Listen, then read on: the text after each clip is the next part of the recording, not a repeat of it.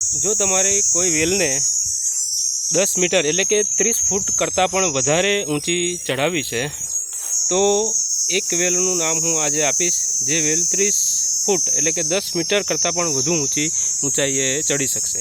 નમસ્કાર મિત્રો, હું છું લક્ષ્મણ અને ભવ્ય ધ પ્લાન્ટ લવરની અંદર આપ સૌનું સ્વાગત છે। મિત્રો, આજના વિડીયોની અંદર આપણે એક સરસ મજાની વેલની વાત કરીશું જેનું નામ ટ્રમ્પેટ વાઇન કહેવામાં આવે છે। મિત્રો, ટ્રમ્પેટ વાઇન જે છે એ આશરે 10 મીટર કરતાં પણ વધુ એટલે કે 30 ફૂટ કરતાં પણ વધુ ઊંચાઈએ ચડી શકે એવી એક સરસ મજાની વેલ છે અને સરસ મજાના ઓરેન્જ કલરના ફ્લાવર આપતી વેલ છે। મિત્રો, આ વેલની જો વાત કરીએ તો ઘણા બધા ફ્લાવર આપતી અને સૌથી ઝડપી ફાસ્ટ ગ્રો થતી આ વેલ છે।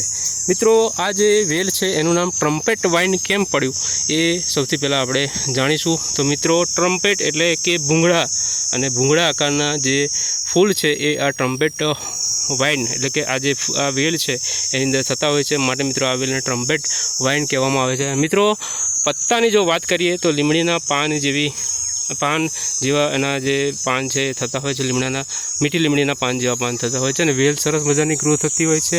બગીચાની અંદર જો લગાવવામાં આવે તો ખૂબ જ સરસ રીતે આ જે વેલ છે એ ફ્લાવર આપતી હોય છે। આપ જોઈ શકો છો એમ એના ઘણા બધા ફ્લાવર્સ અત્યારે આવેલા છે।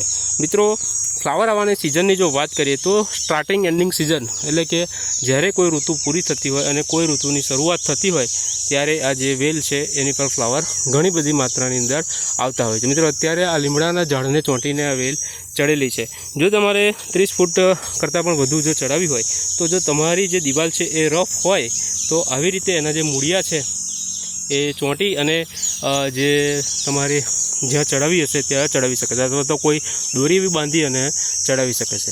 મિત્રો, આ જે વેલ છે એના જ્યારે ફૂલ પતી જાય ત્યારે આ ભાગથી તમે જો કટ કરી નાખો છો તો ઘણી બધી ડાળખીઓ નીકળતી હોય છે અને એમાંથી ઘણા બધા ફ્લાવર્સ ચાલુ રહેતા હોય છે। બર્ડ્સની વાત કરીએ તો આપ જોઈ શકો છો એમ ક્લસ્ટરની અંદર ઘણા બધા બર્ડ્સ આવે છે એટલે કે કળીઓ હોય છે, એક પછી એક ફૂલ ચાલુ રહેતા હોય છે। આશરે 1 મહિના સુધી કન્ટિન્યુઅસલી આ જે વેલ છે એની પર ફ્લાવર આવતા હોય છે। મિત્રો, સરસ મજાની જે વેલ છે એ પતંગિયાઓને પણ આકર્ષિત કરે છે, તો આપ સૌ આપના ઘરે લગાવી શકો છો। અને બીજી જો વાત કરું તો આ જે વેલ છે એની અંદર કંઈક આવું અંદરની સાઈડે હોય છે, અંદરની બાજુએ તમે જોઈ શકો છો એમાં નાનકડા 5-6 પાંખડીઓ જેવું અંદર કંઈક હોય છે। તો મિત્રો, આ ટ્રમ્પેટ વાઇન જે છે એ ખૂબ જ સરસ મજાની વેલ છે।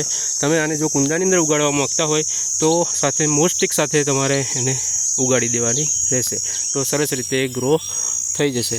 તો મિત્રો, આવી સરસ મજાની જે ટ્રમ્પેટ વાઇન છે એ તમે તમારા ઘરે ગાર્ડનની અંદર, બગીચાની અંદર, કુંડાની અંદર, ગ્રો બેગની અંદર અથવા તો તમારા જે ટેરેસ ગાર્ડન હોય તો ત્યાં સરસ રીતે એને ઉગાડી શકો છો।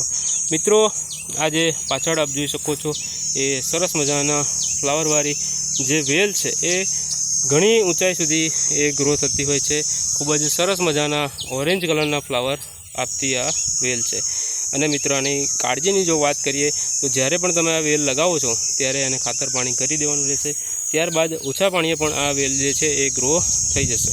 મિત્રો, મોટાભાગે આ જે વેલ છે એને સૂર્યપ્રકાશની અંદર જ રાખવાની હોય છે, સૂર્યપ્રકાશની હાજરીમાં ખૂબ જ સારી રીતે આ જે વેલ છે એ ગ્રો થશે।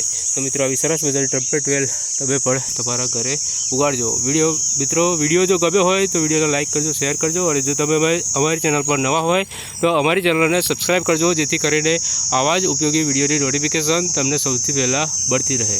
જય હિન્દ, જય ભારત।